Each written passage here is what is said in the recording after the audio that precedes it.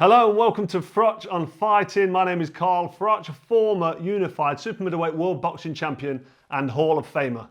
And I'm Rachel Froch. Don't forget to like, share and subscribe to this channel.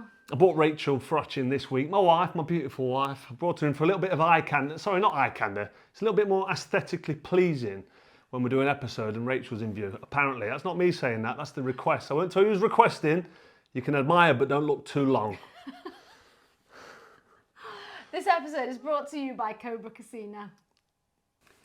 So, Eddie Hearn has spoken with IFL TV about the atmosphere in Saudi Arabia, and this is what he had to say. If you want a ruckus without alcohol, it's not going to happen. The atmosphere is not as good as England, correct. It may never be. Thank you. Also understand this. This is a brand new market. Do you actually think you can go into a new country, educate the audience about the sport and expect them to have the same enthusiasm and passion after a year or two? No, I don't. So my point exactly, but thank you. Who cares if the atmosphere is not quite as good as the UK? So what? Hang on a minute, I care. And a lot of the fans care about the atmosphere. So it's all right saying who cares, so what? We care, us the fans. Go on, Karen. Getting amazing fights, all the top fights. Yeah, fair enough. You get some good fights. You do get some top fights. And would we have seen Alexander Usyk, Tyson Fury if it wasn't in Saudi, if the old bunts weren't on the plate? So Maybe fair not. play to Turki Al-Sheikh, who's got a passion for the sport. Apparently he's like a big kid around boxing, which is great because he's got the bunts and he's investing it into boxing. And on top of that, he's bringing a fight to Wembley Stadium in September. So we've got to give it a chance. But it's nice to be kind of justified and backed up by somebody who's in a position in Saudi of authority, somebody who's got a voice out there. Eddie Hearn's basically agreeing with everything I've said about the atmosphere. And I'm not banging on about it. There's only one person getting the knickers in a twist, and that's old Bricktop, loses the plot. But yeah, it's nice. It's nice that Eddie's been honest. Yeah. He's agreed with what I'm saying. You know what it is though? It's just a shame that you've got someone falling asleep and on the phones at ringside. That's all the point you were making. Yeah, when the action's kicking off, and there's British fans that would give their right arm to be sat in that chair, watching the fights, enjoying them. But like I said, that was it. That's it. Yeah. And the only person getting wound up is old Bricktop. But Turkey's bringing the fights in September, so we'll look forward to that, and hopefully we'll get more and more fights. I think when Turki Al-Sheikh comes to Wembley Stadium, I think Eddie pointed out, if he's like a big kid around fights, imagine when he's sat He's going to love that atmosphere. Wembley Stadium with 79,000 fans there watching and cheering. I think he's going to have a look around and think, wow, he's going to feel it. So hopefully he gets a real juicy bit of British culture, fans, and enjoys it, and he wants more.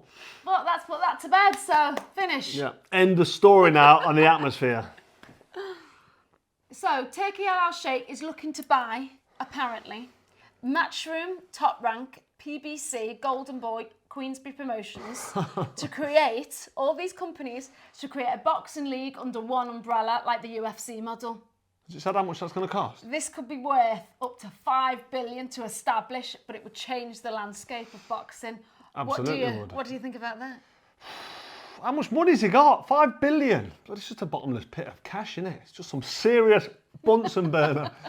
Listen, would Oscar De La Hoya, Al Heyman, Frank Warren, Eddie Hearn, I don't think Eddie Hearn, would they sell their boxing or sell their business of boxing?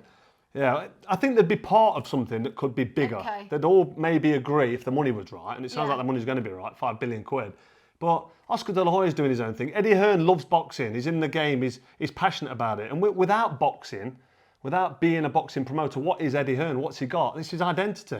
I think he's the passion in the sport. Does he really just want to sell up and give it away? Yeah, but going away and retiring and sailing off into the sunset, I mean, I can settle down and relax and not work again and put my pipe and slippers on. It's not happening. But you want to get Still want to be involved something. in the boxing. Yeah. Still have busy with my properties. I've got my kids. You can't just. I don't think so. I don't think that's realistic that everybody's going to sell. But I like the idea. Do I like the idea? It's almost like Turki Al-Sheikh's trying to be the next Dana White. The UFC's Dana White. But would boxing work as a league? Because you get everybody together. You get the big fights. All the promoters all together, and then you get huge fights. Yeah, but the heavyweights make so much money. Individual people in boxing make the bigger money. Yeah. Like look at Canelo Alvarez, for example, and Floyd Mayweather making far more than everybody else. If everyone was in one pot, I don't know how they'd split it up in. I don't know how it would work. It could work. It could be big. It might put more money into that though, and then all the lower level fighters, or even the ones coming up, through the ranks, they might get more money, Listen, which is nice for them. If there was a boxing league and it could work out and come to fruition, it would be amazing to see and how that would work financially for each individual fighter. But I know there's a lot of UFC fighters that don't get paid what they feel they're worth. Yeah. You know what I mean? I know Conor McGregor did ridiculously well, but he quite a clever lad he is, and he was the big star of the UFC, Yeah. and he has made a fortune. But don't forget, he had crossover fights with Floyd Mayweather. Yeah. I don't know. Listen, it's exciting. It's a long old process, that is. I always thought that Turki Al-Sheikh had a plan. I thought he'd get what information he could, feed off all the different promoters, have a look at it, get a taste for it, and then maybe do his own thing. So this could be him saying, listen, I'm going to do my own thing now. Yeah. I've definitely mentioned it in the past somewhere. If I had the clip, I'd play it.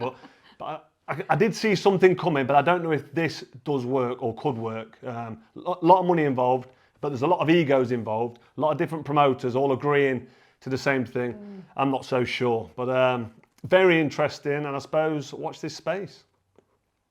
So let's now talk about Tyson Fury's big night out. Do you think it's an issue?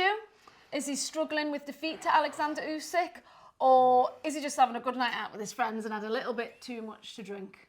Well, he's evidently done that. He's had a night out. He's Yeah. let his hair down, as the metaphor goes. I know he's got a bald head. He's had too much to drink, yes, because he's ended up on his knees on the pavement outside his local boozer. It's not a big issue. It's a big lump. You know, Yeah.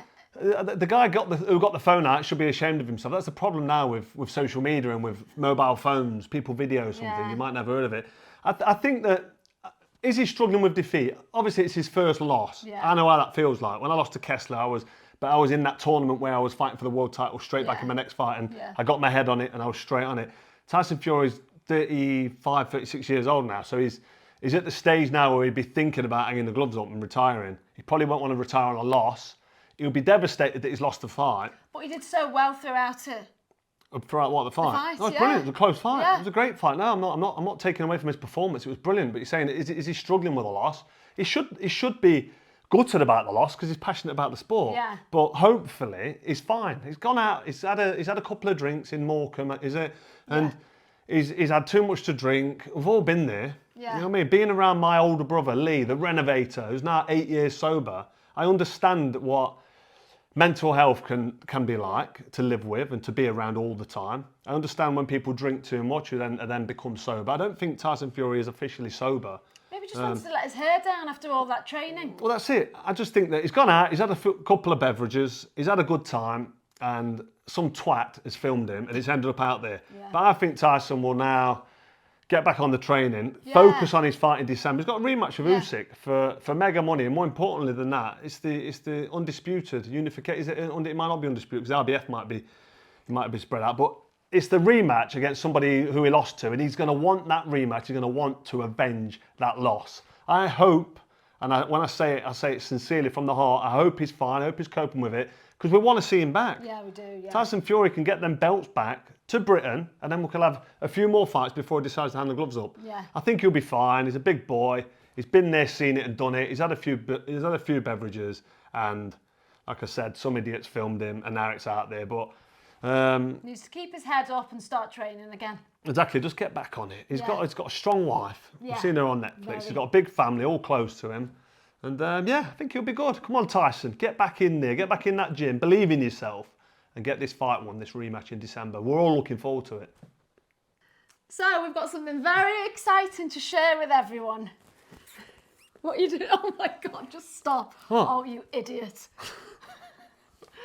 We have 100,000 subscriber plaque. I don't know whether to be excited or disappointed. She's gone on social media saying, we've got something really exciting to share with you. The amount of messages I've had saying, is she pregnant? Oh no, I'm not. No, we have the plaque. Yeah, a very, brilliant. very shiny plaque. In other news, listen, Froch on fighting for passing 100,000 subscribers. I mean, look at that. Have a look. I don't know if I need to angle it or if you can.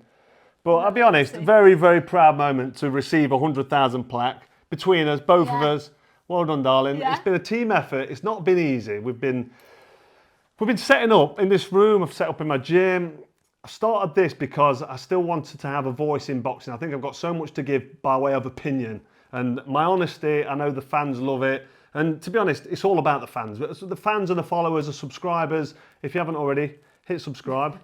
But we're doing something right. Yeah. The people that watch this channel, the fans, boxing fans that watch this, they're obviously enjoying it because they're clicking on subscribe. Definitely. We've got our subscribers plaque, so this isn't just our plaque. This is for Froch on Fighting, But and also, this is 100% dedicated to the fans because the fans, without you, the viewers, the listeners, the watchers, the fans, we wouldn't have this. We wouldn't have this accolade, this achievement. So thank you very much from the bottom of my heart, and I'm sure mine too, Rachel will say the same.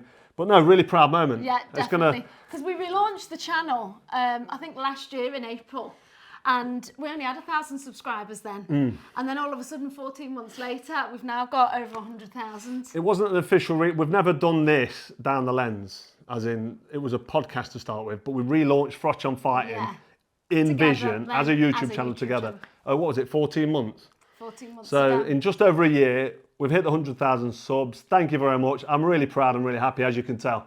But yeah, great. That's going to go up. I need to find a proper home for it. But that is going to sit there proud amongst my world title fights. So thank you. So that's it for another episode of Froch on Fighting. Thanks for watching.